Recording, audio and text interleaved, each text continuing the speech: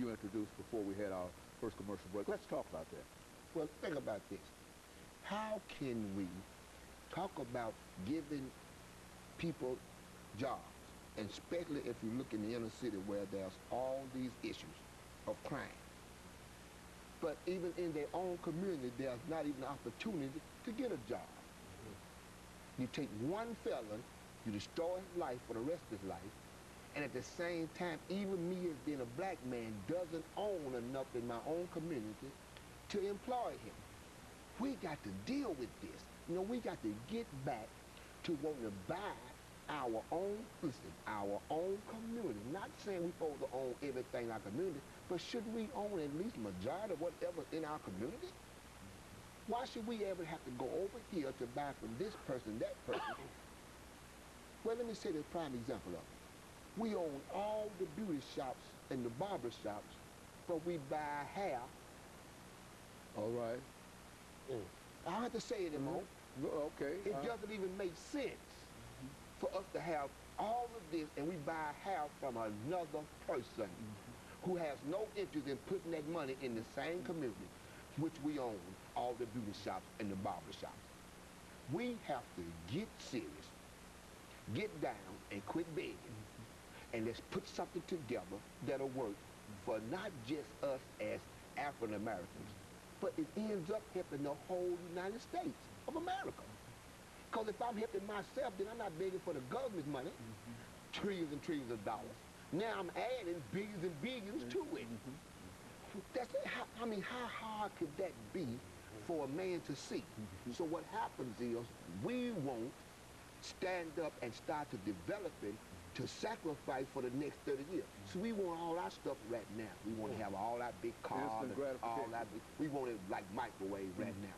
But we have to stop and realize now, let's put our resources back for our future.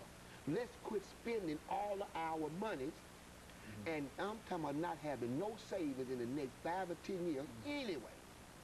Why don't we cut back? Start back to buying our community back. You know, we ain't trying to say we're trying to kick them out of the community, but we're saying is, don't our kids need jobs too? Don't we need a job? Yes, because look at the unemployment rate and look at the violence.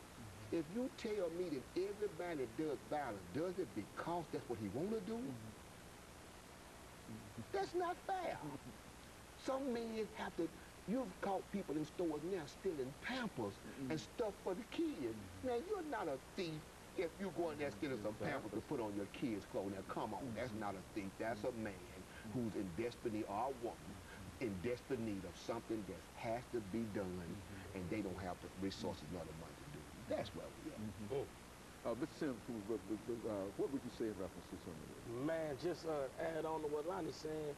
I think it parallels kind of what goes on in the world as a whole. So you got all the self-help books and all that, and right now you got the holistic medicine.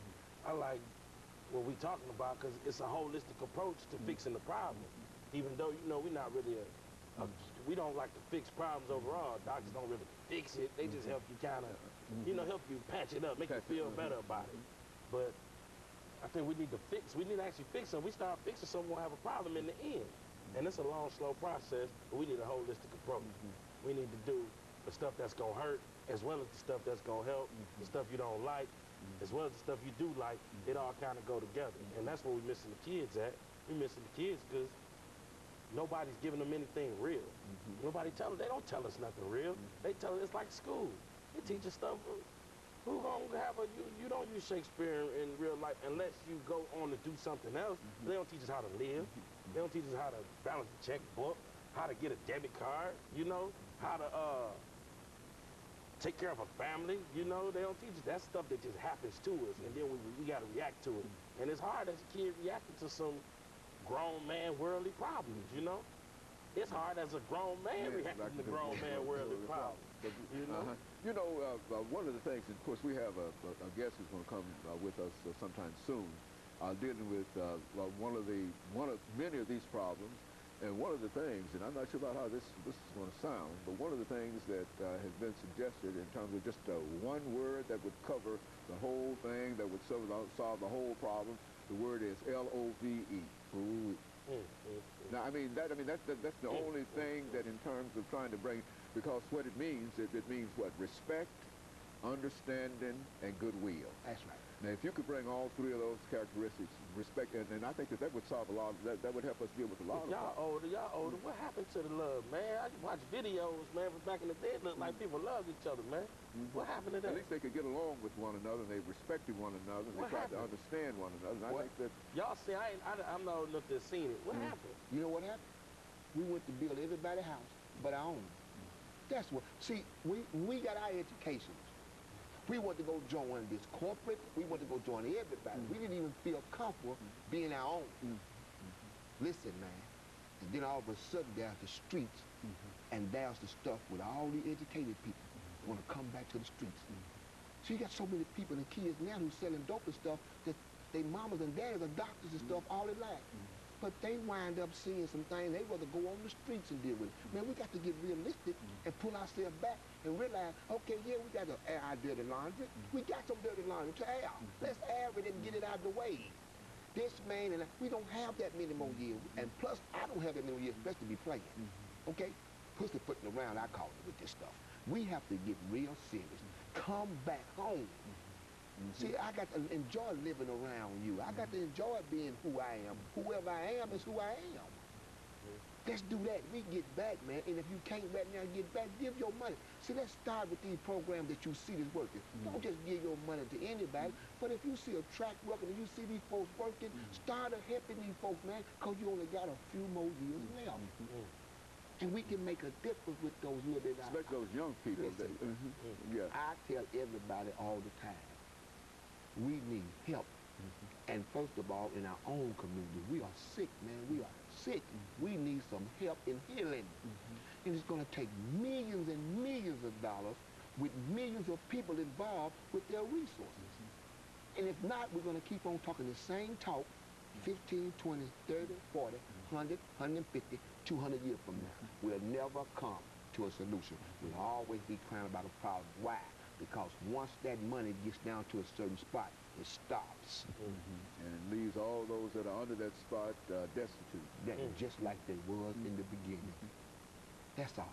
And it's not nobody else's job to come in. There's no cavalry coming over there that's going to save us. We are the cavalry sitting right here now. When do we, you know, the program that we're doing now, the movement, right? Let's buy our community back. When folks see what we're doing, we'll have a model. We can't talk about this stuff to everybody asking, begging.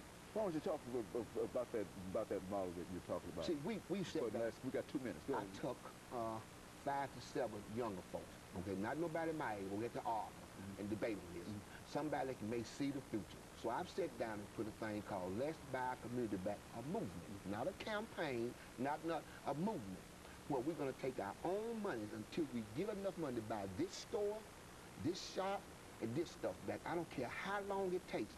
We're not going to beg anybody. We're going to be self-sufficient, and we're going to build. Once after the 5 to 7 years, when you see this mall, then you can take this mall anywhere in the United States you want to go. But we have to do it first. We can't do all this talking about what we're going to do. We have to see ourselves buying our stuff back. I think the kids the kids will understand that. It's kind of even, you look at the whole hip hop. We understand that you got, in a weird way, these companies that went out and built their own businesses, then they went to the big labels and did business with them. Not just, I'm coming to you and I want you to put all your resources behind me. You put up all the risk. I just get to reap the benefits. It's like, no, we already put the risk up. We want to just take it to a bigger place, and we can combine what we have and what y'all have.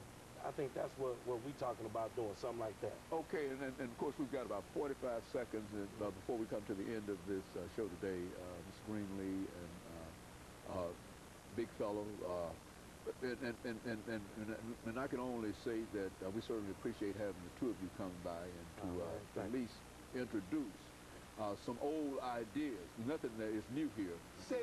Nothing is new here, but to simply know that that is still an option in terms of how people might be able to solve problems. And I believe that if we demonstrate that, then you'll find all kinds of resources that will come outside of the community that will support that point of view. You see, and of course, let me encourage our audience to tune in again next week for another informative edition of Comments. Thank you, and good night.